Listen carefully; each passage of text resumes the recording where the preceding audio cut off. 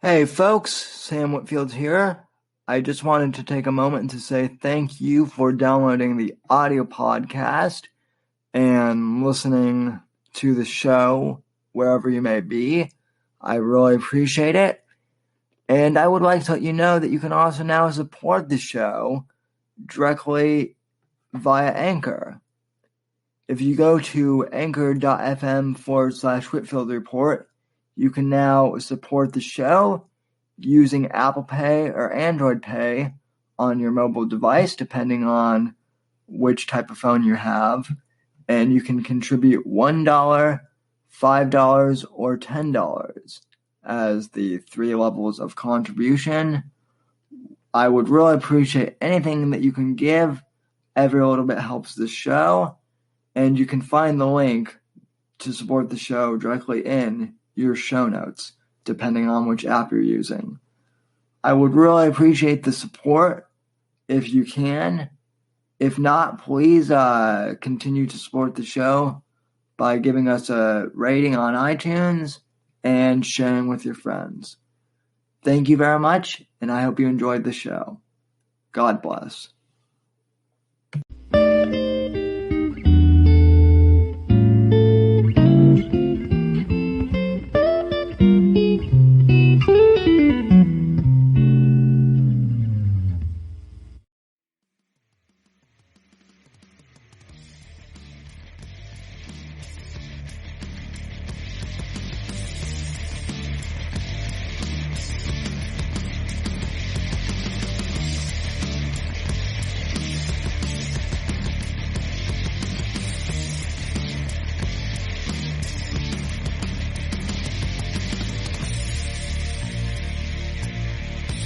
And finally, we are online. Internet connection problems resolve themselves once again. So, hooray. Welcome to the Whitfield Report, ladies and gentlemen. I am your host, Sam Whitfield, broadcasting live from NGC Studios here in South Florida. It's going to be a shortened edition of the Whitfield Report tonight, slightly. I really don't have any specific topics to cover tonight, so we're going to do a bit of everything. First thing is first, though, if you would like to contact the show, you can follow me on Twitter and Instagram at SamDeBro_NGC. Follow me on Gab at Sam Whitfield. Facebook.com/Whitfield Report is the Facebook page.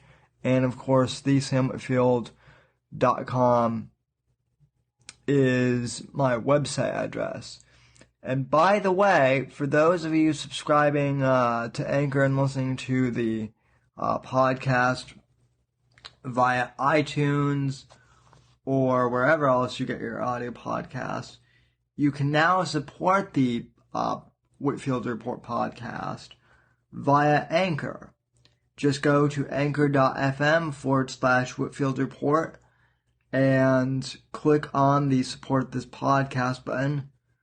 From there, you can select an amount of $1, $5, or $10 per month to support the podcast with.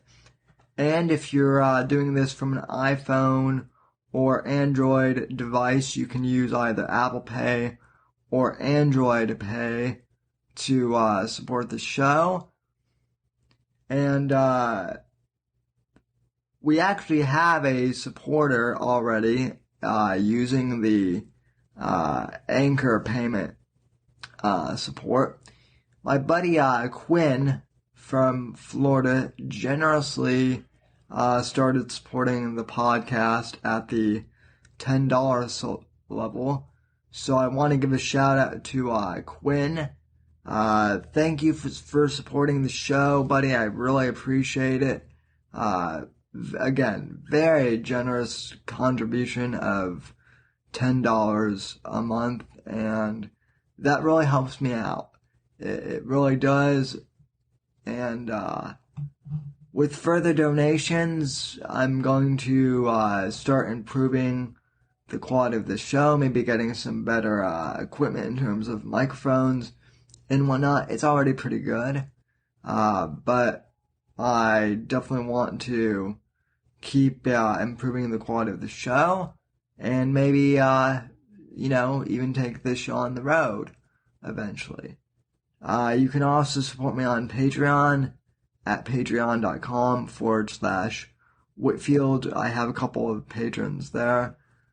So between Anchor and Patreon, I now have about $20 a month of support now, give or take. Which, that's not bad considering I just started, asking for support for the show. So anyway, thanks to all those who are supporting via Patreon and Anchor. And, if you like the show, keep sharing this with your friends and tell your friends about the show, and let's keep growing the podcast.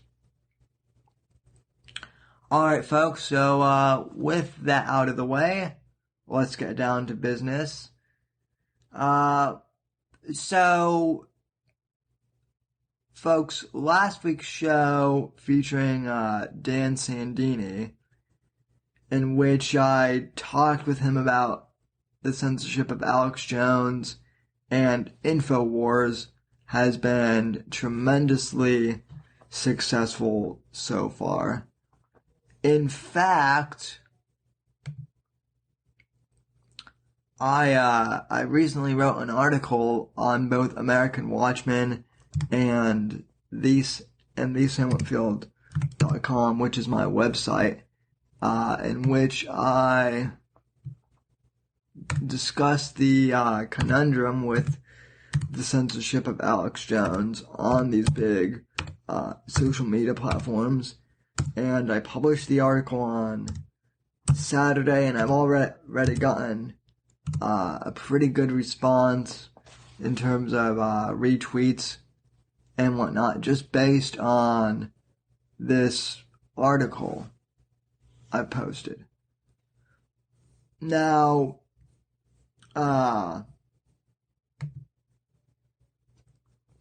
in addition, like I said, in addition to this article, which I posted yesterday on American Watchmen and today on my own website,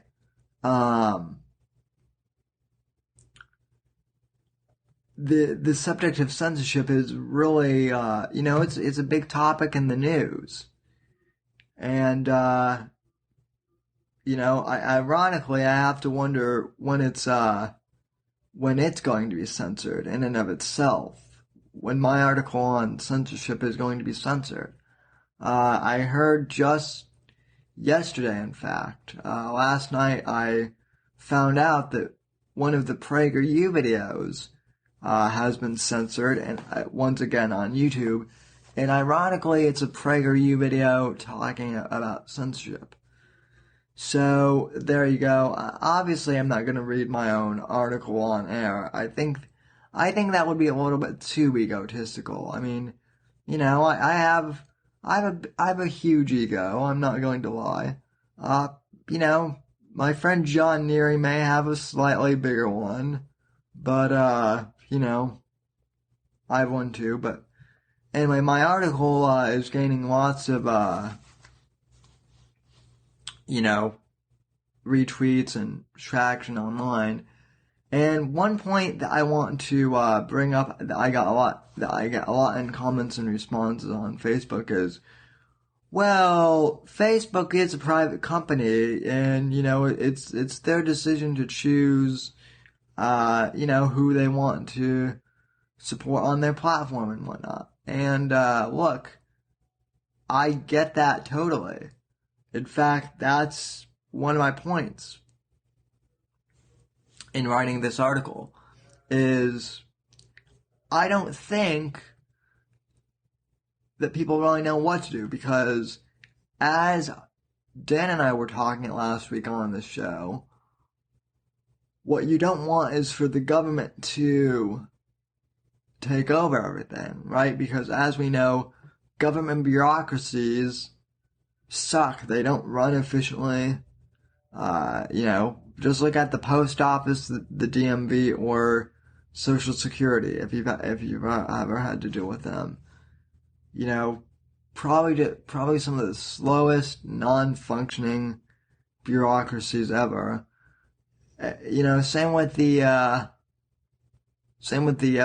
FCC and the Trade Commission too. So do we rule on Facebook being managed even at a third party level, in the government, and can't that be abused as well? So I certainly get the argument, for the government staying out of Facebook's business and social media. At the same time, we live in an era where I don't think very many people really counted on how much we would be influenced by these social media websites 10 years ago, okay? Think about this. Think back to 10 years ago, if you're old enough, and most of you will be listening to this. But think back to 2007 to 2008, which was really, in my opinion, the birth year of social media as a common form of communication, along with the birth of the smartphone. Okay? Think back to, when you and your friends were first getting onto Facebook or Twitter. It was uncharted territory back then. And in many ways, I think it still is. Because we don't fully know how to navigate the trains of social media. Look, I've had, on a personal level, I've had relationships in high school that ended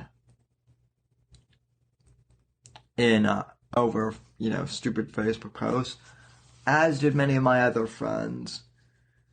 Sometimes Facebook posts cause family strife and whatnot.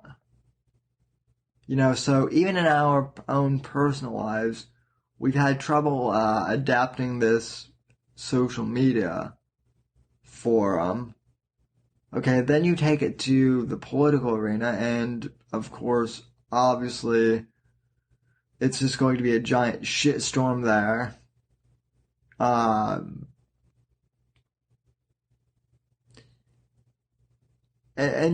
But by the same token, it's also been very helpful in promoting the show and helping this podcast to grow. So I'm not poo-pooing social media as a whole, but I'm just saying I think that we are still in relatively uncharted territory.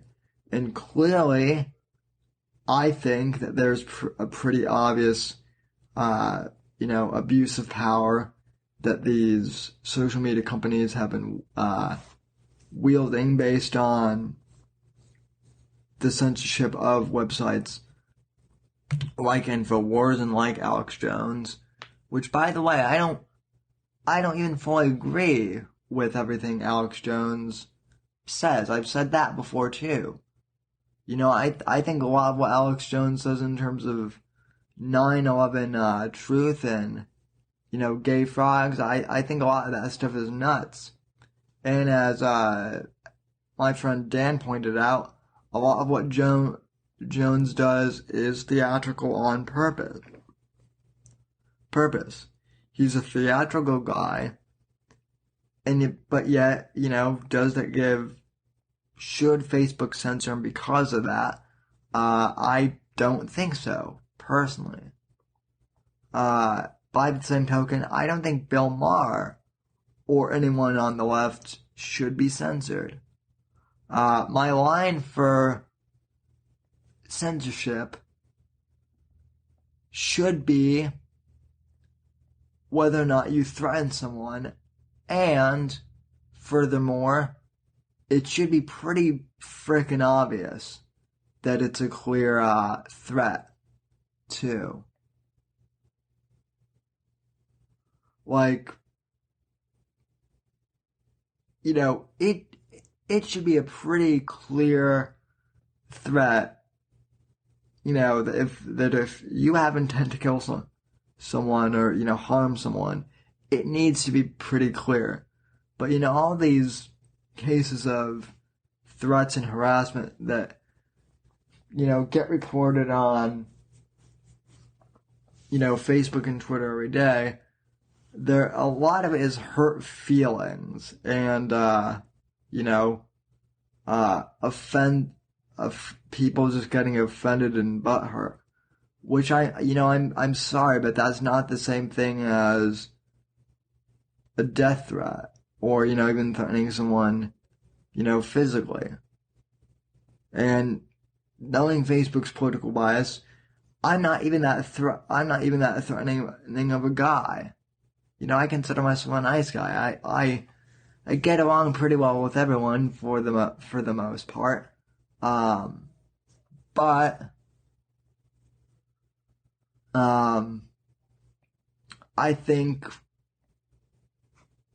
that, you know, the idea that Facebook and Twitter and all these social media platforms on a personal level, that the people there consider my ideas to be dangerous, you know, just because I'm a conservative, that in and of itself is scary. Can we really trust, you know, these big mega corporations to really be fair? I don't know. And that was my whole point in writing this article, is we're at a crossroads of, we don't want the government to regulate these private companies. But at the same time,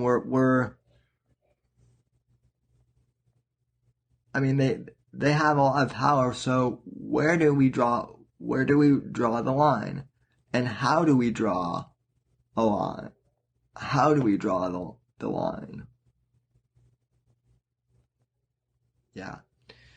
Okay, shout out to the chat. Brian's here. Obviously. Brian is the #1 fan. He is the #1 savage in Sam's Savages. Second only to Canna, but hey, that's partially because Canna helps to pay for this thing. So, and Elena and Morgan. So although Canada doesn't really show up anymore to these things either, he helps to pay for the show, and he probably listens to the podcast a lot, I'm assuming. But Canada, you know when I'm on, so if you ever get the chance, drop into the chat, or at the very least, like, send me send the show an email or something. Let us know that you're still out there. In any case, Brian, Alex Jones, for the most part, sits there and reads Judge headline. I'm reading the comments. Pause. I also think Sandhook and 9/11 were inside jobs. Okay. Yeah, that's fine too. And by the way, I got some slack, from some people saying, oh, how do you not believe that 9/11 was an inside job? As I've explained before, I just don't believe that 9/11 was an inside job, because, and I even explained this in the article I wrote, I just don't believe that here's the bottom line with 9/11 not being an inside job. I find it hard to believe that the government would be able to First of all, I find it hard to believe that the government would have the wherewithal to orchestrate and successfully pull off a 9/11 attack without the bureaucracy getting in its own way. You know, as I mentioned, see the DMV or Social Security or any of those other situations. Second of all, assuming that they were able to pull it off, I doubt they would have been able to, keep it covered up for very long. People, let's face it, Watergate, no one was able to cover that up real well. Obama couldn't cover up Obama and Hillary couldn't cover up the Benghazi scandal very well. But bottom line, if anyone wants to, confront me on 9/11, and try and change my mind, you are more than welcome to come on the show. Send me a DM or send me a message and I'll have you on the show and present your evidence and whatnot. I'm very amenable to talking to people too, on both sides. And, for those who are saying that, who are all for Alex Jones being kicked off Facebook and Twitter, I want to hear from you guys too. I want to hear these topics. I think a lot of people are reasonable with having, discussions, and yet it seems to be the people with logical discussions that are ironically getting shut down. It's almost never the insane crazy guy shouting in a room by himself that gets, censored or taken down.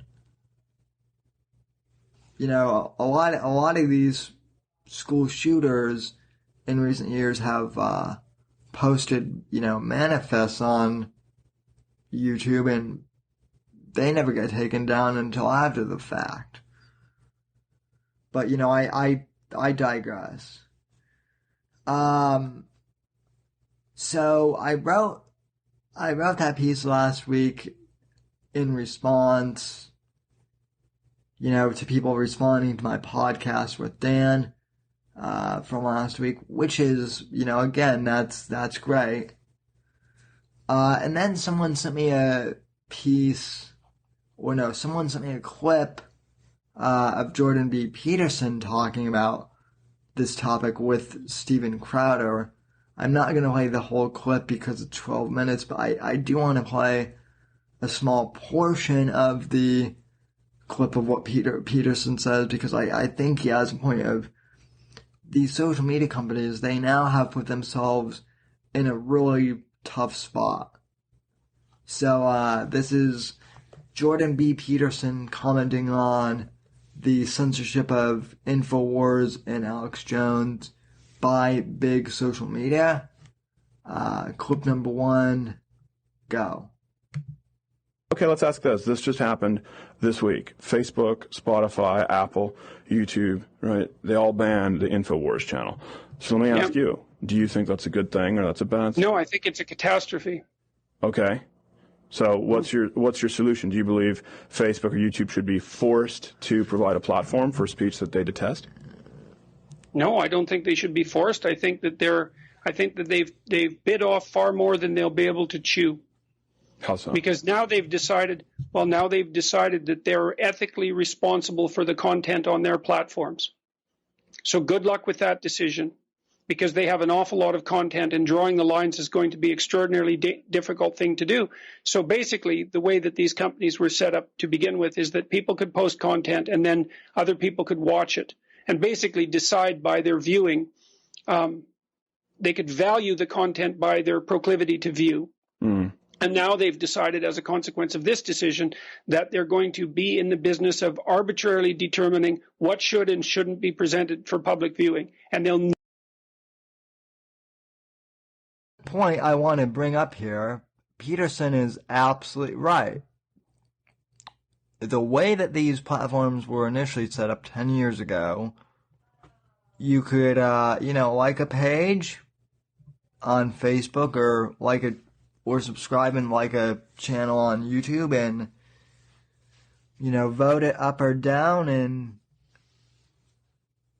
based on the amount of users that were reacting to a certain post or video or whatever have you, that would be the way in which algorithmically a post or video would get promoted. It was organic. Yeah, I know. I paused on a really bad frame of Peterson there. But anyway, yeah, I'll resume the video, but bear with me while trying to look at his face. The aggregation of content on social media was 10 years ago. Heck, not even 10 years ago, more like, 6, 7 years ago.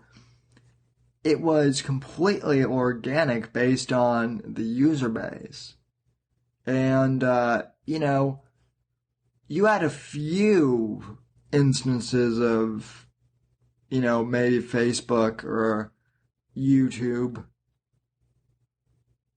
curating content and suggesting content to you. But it was never really anything, major, like, that, like them forcing anything political. It was mostly like, YouTube would purposely feature videos for their big, YouTube Video Awards, right? Because that was a company-wide thing for them, and they were making money. So obviously they would be promoting events that were, about them. And so the curation was natural, but now, after the 2016 election, well, and even a little bit prior to that, I think that they knew that the conservative wave was coming, and so they started getting real antsy about all this stuff, and so they started to, clamp down and actually moderate actual content. And as Peterson just said, they've made their own jobs a lot harder. Continuing. Never run out of decisions to make. Lots of people who were watching Alex Jones didn't agree with him. They were just keeping an eye on him. So, I watched Alex Jones from time to time because I wanted to see what the radical conspiratorial right wing was up to. Right, yeah. Same here, by the way. Not possible. Now they're driven underground. Way to cover your tracks with your browser history. I appreciate it. Let me ask you this. And by the way, for those who are listening on audio, Steven Crowder here, he's clearly playing a satirical character, and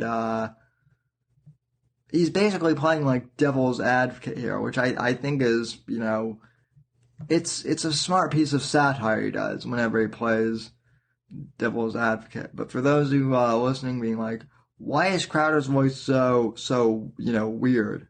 That's why he's doing satire, folks. Yep, there's going to be all sorts of lines that they have to decide now. So are they going to take out Paul Joseph Watson next? Lawrence Southern? I mean, where are they going to draw the line exactly? Okay, so if it's against their terms of service, isn't it within their domain to revoke the channel? What's the solution? Of course it is. I didn't say they couldn't do it. I said it was a bad idea. Okay, so you're not... That's not the same thing. Okay, so...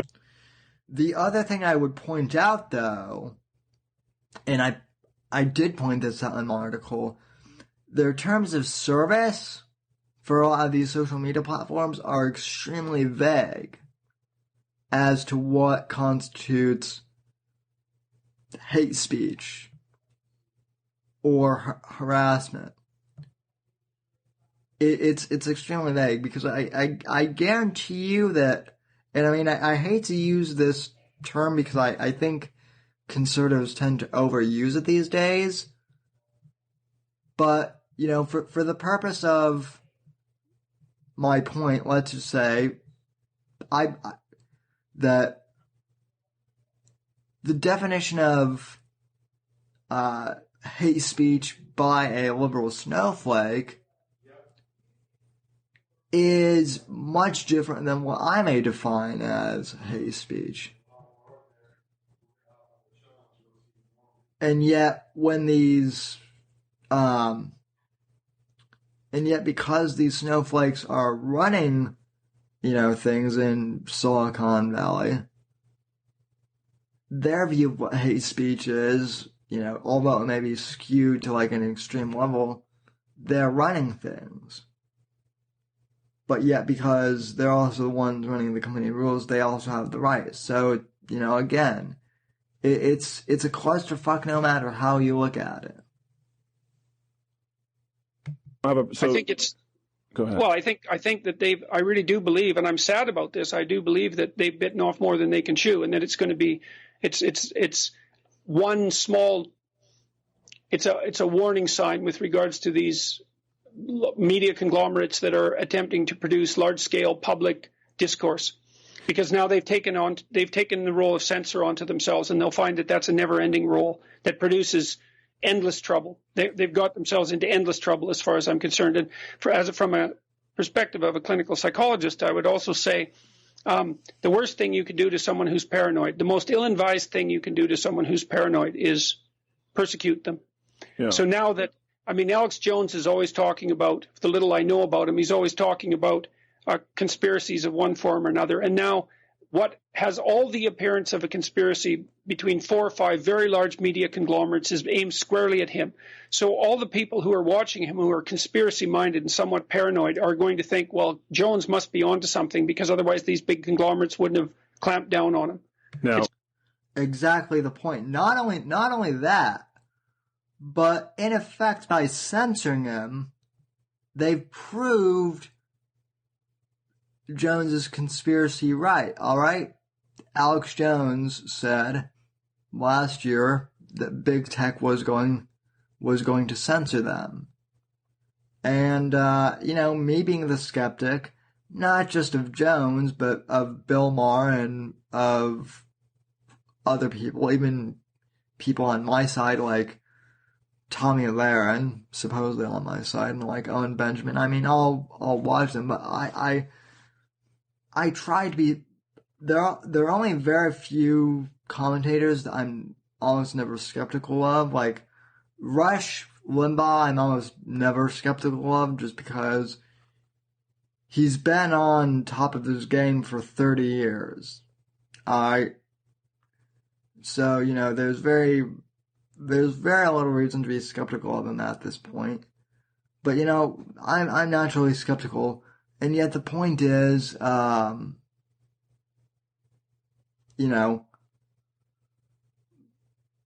is that, Jones got proven right, and yet Facebook was like trying to, disprove him being right. The best thing that Facebook could have done to Jones was simply nothing. That was the best thing they could have done when Jones said that Big Social was going to censor them. They should have done absolutely nothing. And just, let his page just exist out there. And grow into the, grow and, shrink according to its own metrics. Because now you've got people even like me who, don't always agree with Jones. But now as someone who defends free speech and who supports it, well, now not only am I compelled, not only am I now agreeing with Jones on more things, but out of principle, as someone who supports free speech, I'm now compelled to defend Alex Jones and to support him as well. And I know lots of the people who disagree with Jones on this are in the same boat with him now. So, do you Facebook executives, see the conundrum you've put yourselves in, with? Also,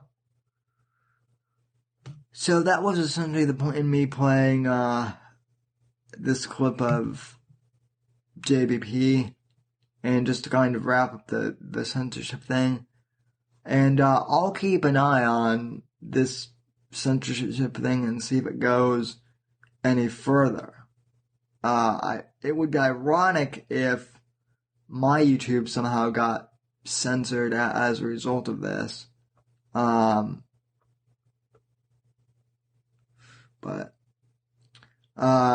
let me read some of the comments real quick. Okay. In the past couple of years, Facebook has been implementing algorithms that have made it harder for you to see your friends' posts, including ordering feeds, not chronologically. Yeah, I've noticed that a lot too. And even before the censorship thing was a big deal, like, even function-wise, Facebook is really starting to suck. Because what's happening is they're cramming in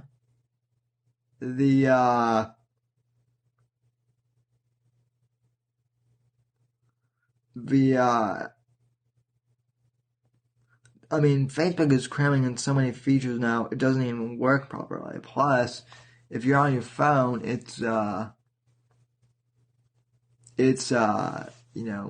weird. Brian. Everyone thinks Jones is crazy, but I'm telling you, the guy is always right. Well, Brian, I will say this. Like I said, I am starting to come around to him more and more. As Facebook and the left goes after him more and more, I'm starting to come around to him more and more. Same thing with Donald Trump. If you had asked me in 2015, back when the election first started, if I was going to support Donald Trump, I would have pointed and laughed at you. If you had told me 2.5, 3 years ago that Donald Trump would be running for president and that I would be voting for him and endorsing him, I would be laughing at you. But the left went after him for basically denying political correctness. And he wasn't my first choice. But then once it pretty much came down to him between Cruz and Trump, and by the way, I also like Cruz, but once it was pretty apparent that Trump was going to win, I said, okay, F it. I was in New York City when I made the decision, and I bought this MAGA hat directly from Trump Tower. And I don't wear it that much anymore, just because, not even because I don't want to wear it. Part of it is because I live here in Florida and it has sweat stains on it already from my forehead on the inside, and I do want to preserve it somewhat.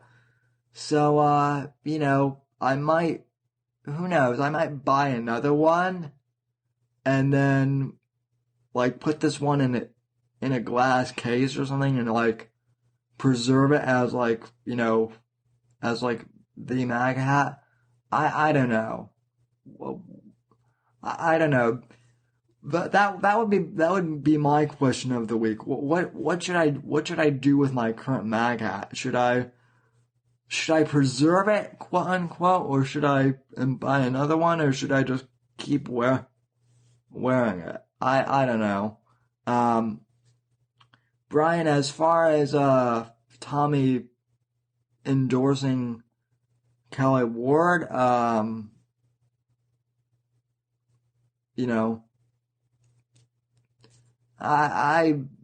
know. Doesn't really matter to me. I like Kelly Ward, so I haven't heard anything bad about her, so I guess as long as she's conservative, what I would say is we certainly need more of them. So I don't really see the problem with Tommy endorsing Kelly Ward. I certainly don't think that endorsing Kelly Ward necessarily makes Tom even any more or less conservative. And, for the most part, I think she's still mainly just a hot blonde bombshell. But let's see. One of my husband's friends has ones that is less like a bit conspicuous, as it's like camo. Yeah, I've seen the camo ones. I was thinking of getting that one too, but I didn't. Hey, Mr. Rogers, what's up? But yeah, Brian, as far as the Color Ward thing happens, I don't know. Get a creepy mannequin to put it on. Yeah, that's just what I need, Brian. Especially since I already have like a fear of mannequins from watching like a really messed up psychological thriller when I was a kid. I can't even remember the name of the movie, but it was French and it was really messed up. Okay, let's see here. I did have another video that I wanted to play for you guys. This one is from Paul Joseph Watson. This one came out last night, and I was laughing my butt off over this video.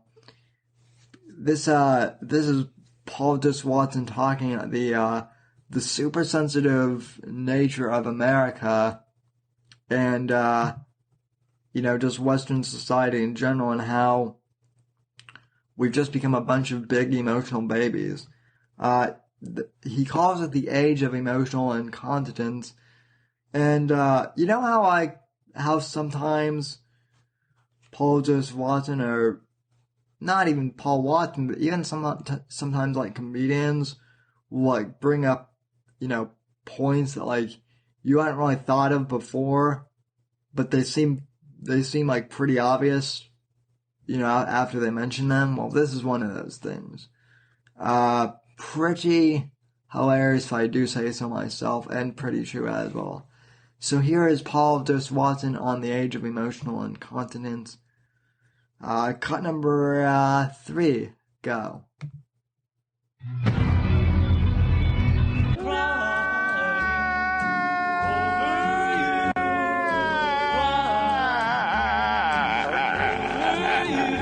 Crying over you.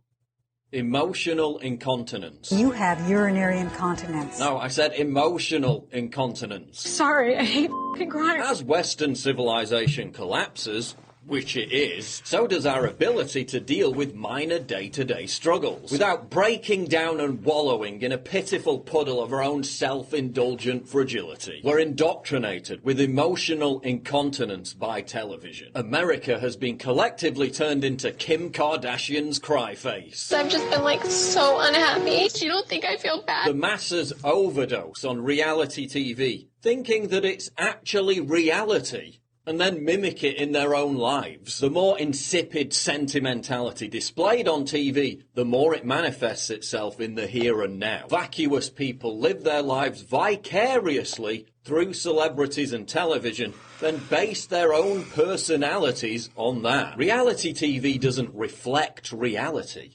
It contrives reality. It relentlessly broadcasts the message that ostentatious OTT, often dumb, displays of emotion are to be imitated.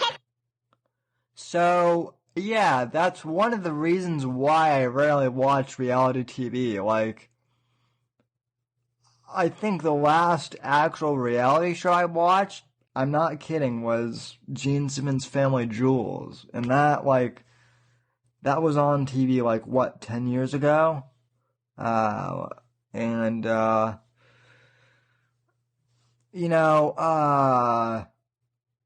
But yeah, I mean, reality TV has just made people soft. Now, granted, I do like television, but I like sitcoms, and I like scripted television.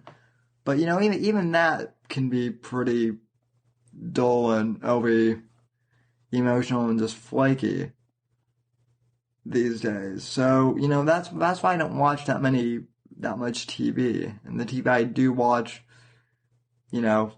tends to be very, like, selective. So, you know, I just wanted to add that in real quick. Continuing on, cut number, you know, well, let's just continue the video. Sorry, I didn't get that. Are you speaking English? People breaking down and sobbing because Gordon Ramsay had his team renovate their restaurant. A stunning fresh coat of paint. Oh, we've updated the upholstery. New plates.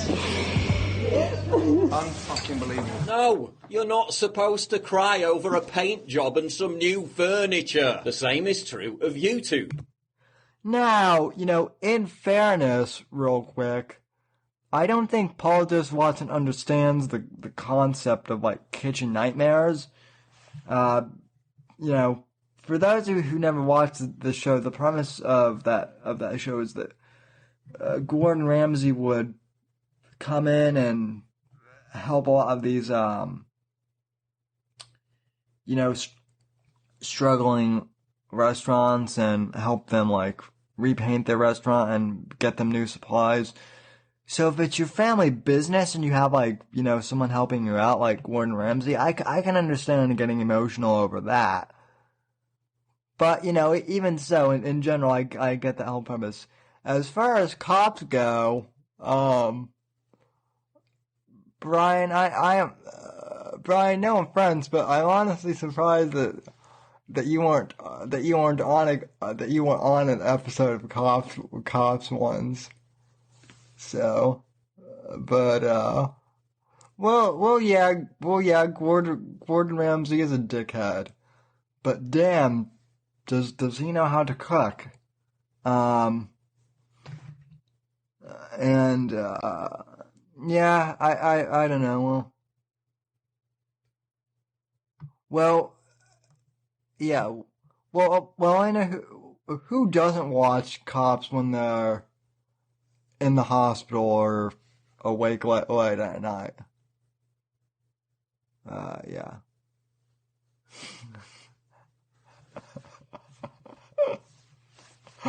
Oh, you're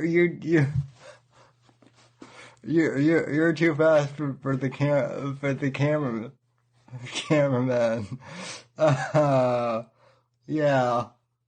So, well, but what if the cops are wearing the body cams? So, you know that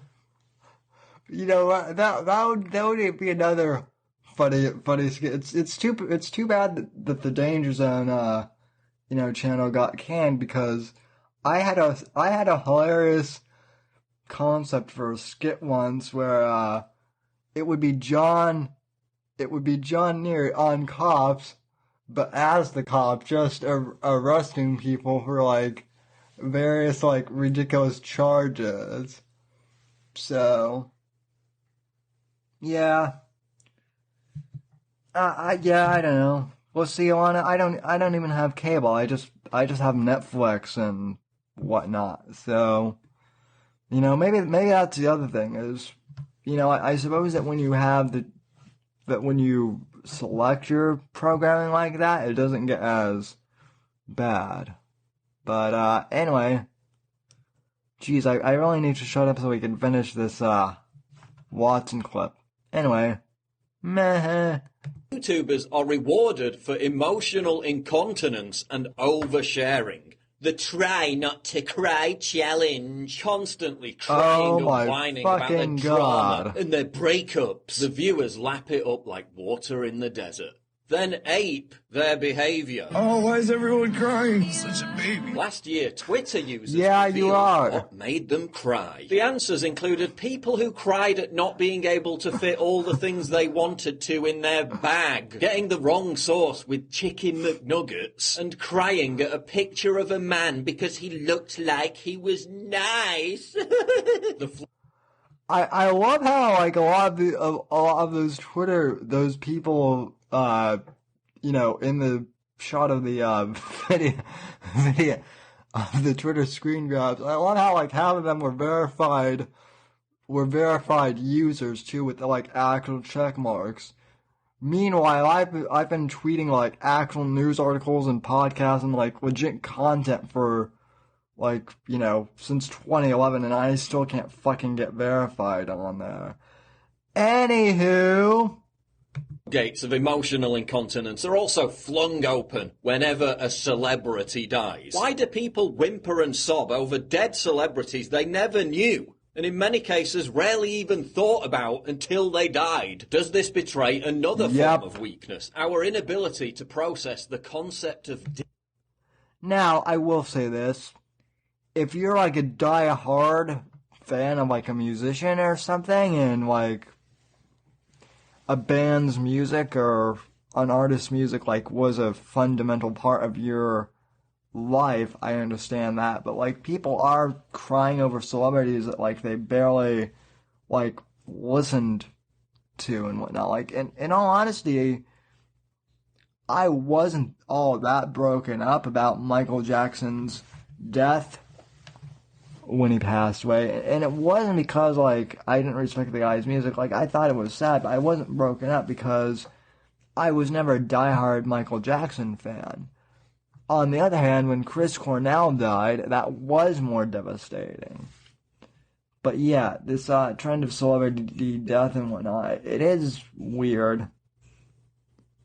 Death itself, or mass public outpourings of grief and canonization of dead celebrities, a sign that humanity has never been more afraid of its own mortality. A sign that excessive emoting is making us both more insecure and more insincere. As Theodore Dalrymple wrote, we live in an age of emotional incontinence, when they who emote the most are believed to feel the most. As we become increasingly atomized by the breakdown of the family structure and its replacement by this empty late-stage capitalist corporate monoculture, authentic expressions of private love have been replaced by spurious public displays of counterfeit emotion. Why are we constantly told that there's a stigma around depression, that there's a stigma around expressing emotion?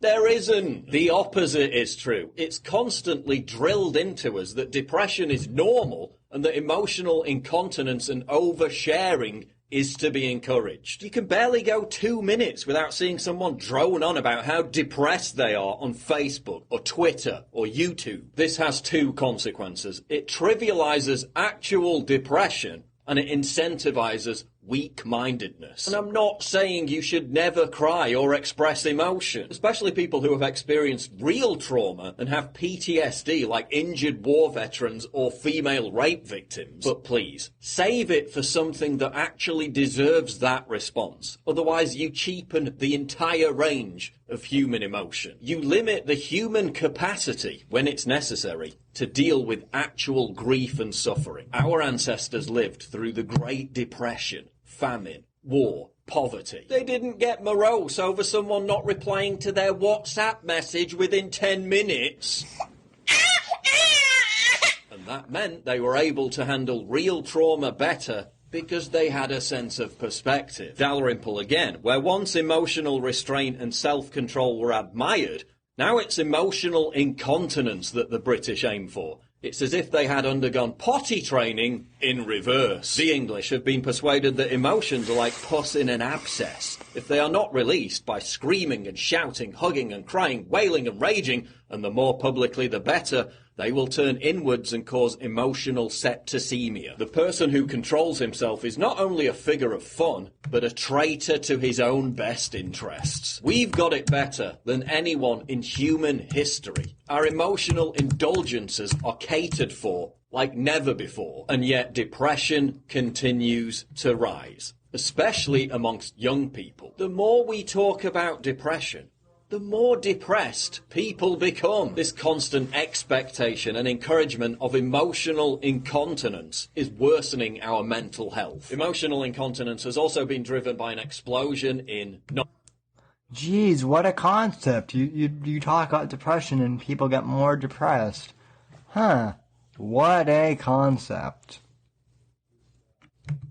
People regard it as a good thing to express themselves, irrespective of whether they've anything to express. Narcissism is facilitated by social media. Nice job, team. The more information we reveal about ourselves, the more dopamine hits we can expect to receive from likes, shares, and comments. Yet we can never seem to compete with that one friend whose Instagram feed just seems like they're having that bit more fun, which in turn makes us more depressed. Society's endorsement of emotional incontinence is training us to behave like we have a mental disorder. Seriously, it's a mental disorder. Pseudo-bulbar effect. A type of emotional disturbance characterized by uncontrollable episodes of crying and or laughing or other emotional displays. It's a neurological disorder. The lighter form is called mood lability, an emotional response that is irregular or out of proportion to the situation at hand. It's a facet of borderline personality disorder. Why is our culture normalizing borderline personality disorder? Why are we being convinced to embrace mental illness? Because it's easier to control and coerce a population that's permanently trapped in a heightened state of emotional frailty than one that has a strong cerebral constitution. Because the people who can't control their own disposition then become control freaks themselves. If people can't control their own emotions, then they have to start trying to control other people's behavior. Because in an age... The great John Cleese, ladies and gentlemen. By the way, you want to talk about a TV show that was funny and smart, Monty Python and the Flying Circus.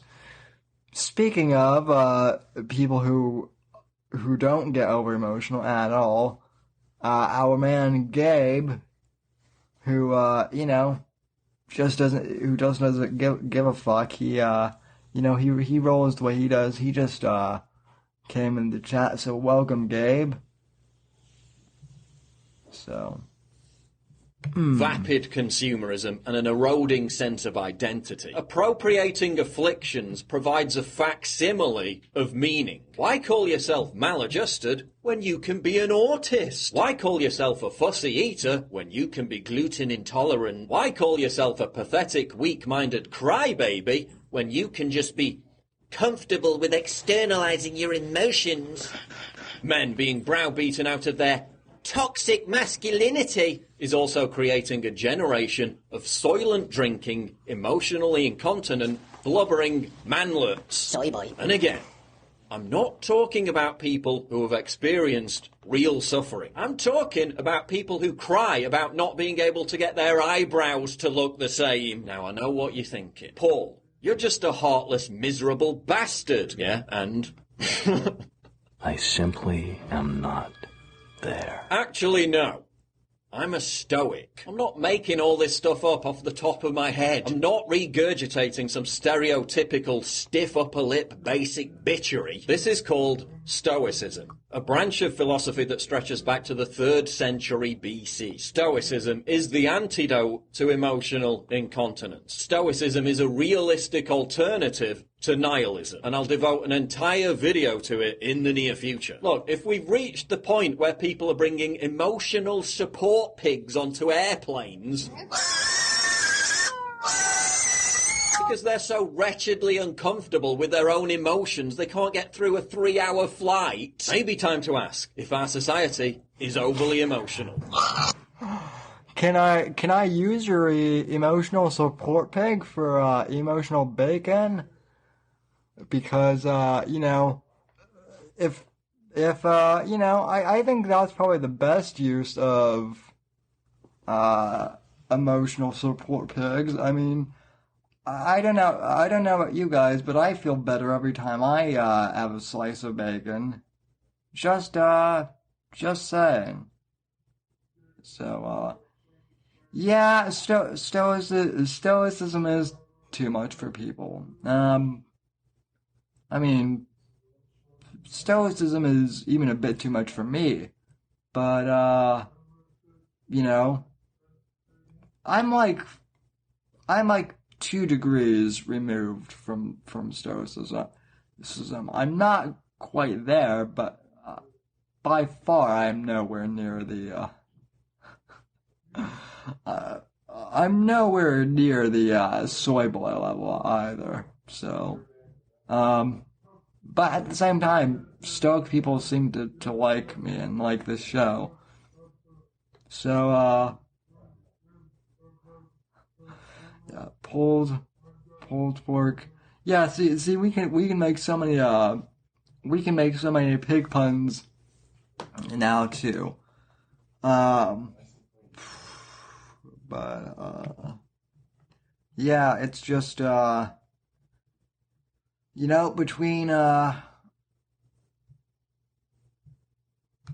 Facebook censoring us all and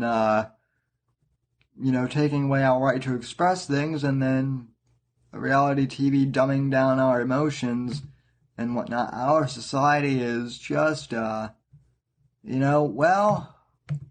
what can we say, folks? We are fucked, as Nick DiPaolo would say.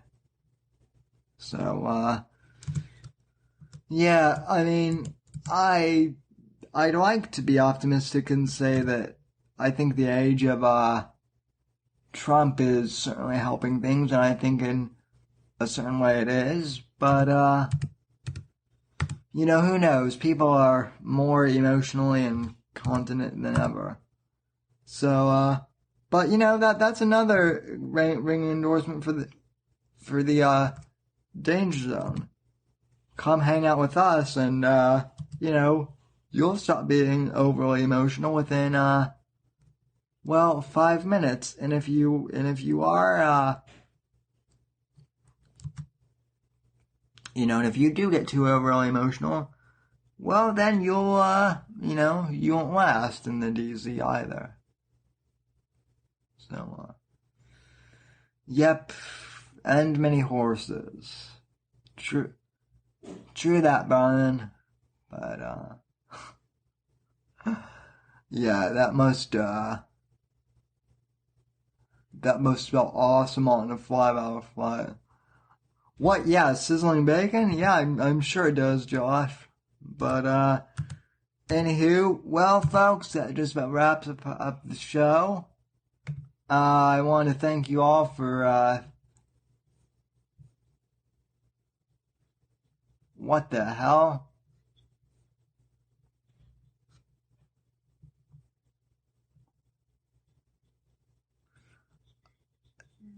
This is, oh, I know what I did wrong. I was trying to pull up a webpage, and, I was trying to pull up the show's podcast page, and it went to a 404 screen. But, anywho, yeah, that's what I get for not,